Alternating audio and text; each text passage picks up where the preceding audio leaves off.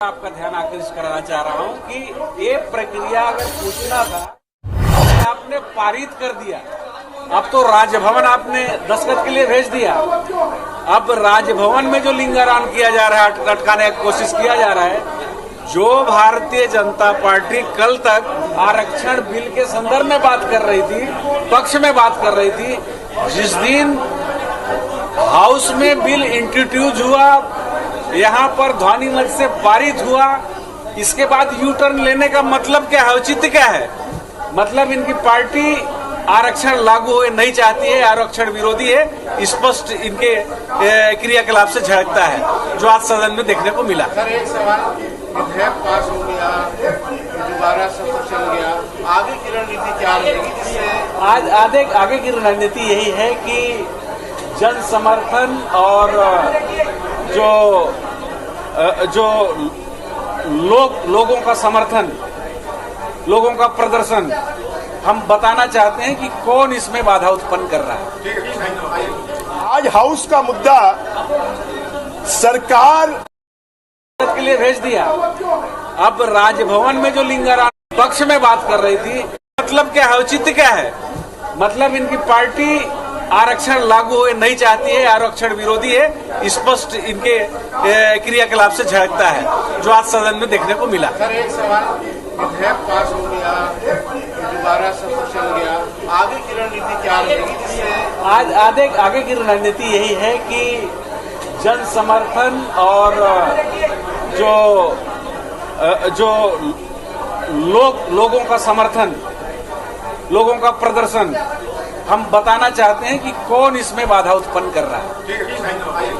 आज हाउस का मुद्दा सरकार क्वांटिफाइड डाटा आयोग की रिपोर्ट के ऊपर में सदन में चर्चा नहीं करना चाहती। हमने इसी बात को कहा है कि जब सदन में विधेयक लाया गया तो उसमें कहा गया था राज्य सरकार द्वारा गठित क्वांटिफाइड डाटा आयोग की रिपोर्ट के आधार पर राज्य की लोक सेवाओं में अपर्याप्त प्रतिनिधित्व में असाधारण स्थिति के कारण आरक्षण प्रावधान लागू करने के लिए विधेयक प्रस्तुत है। जब इन्होंने क्वांटिफाइड डाटा आयोग के आधार पर विधेयक लाया है तो क्वांटिफाइड डाटा आयोग की रिपोर्ट कहाँ है?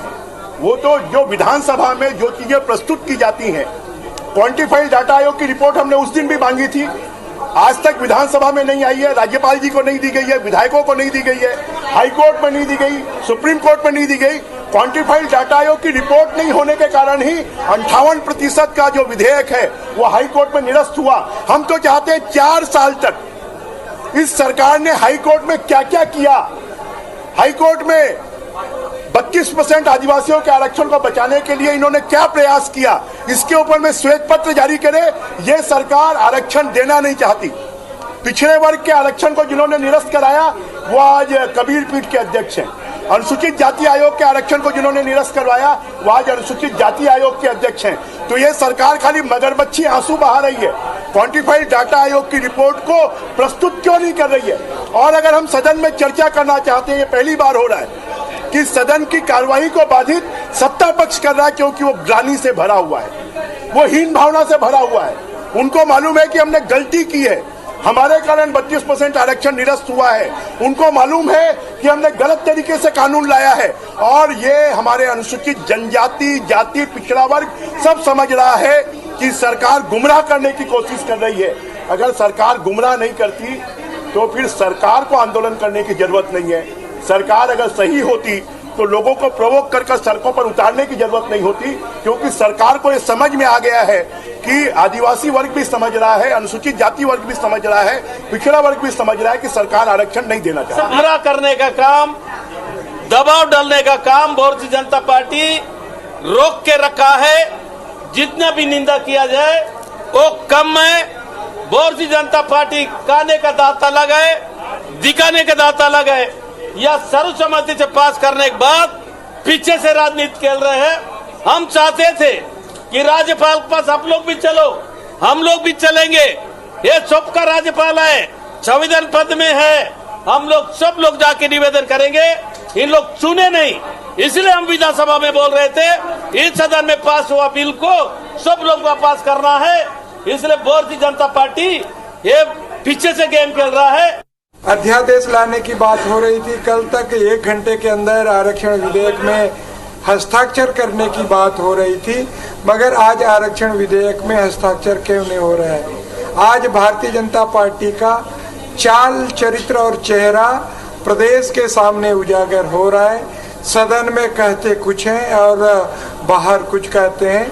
भारतीय जनता पार्टी छत्तीसगढ़ की जनता से बदला लेना चाहते हैं, क्योंकि भारतीय जनता पार्टी को 5 चुनाव में हार मिला और छत्तीसगढ़ में 2018 के चुनाव में 14 सीटों में सिमट गई है।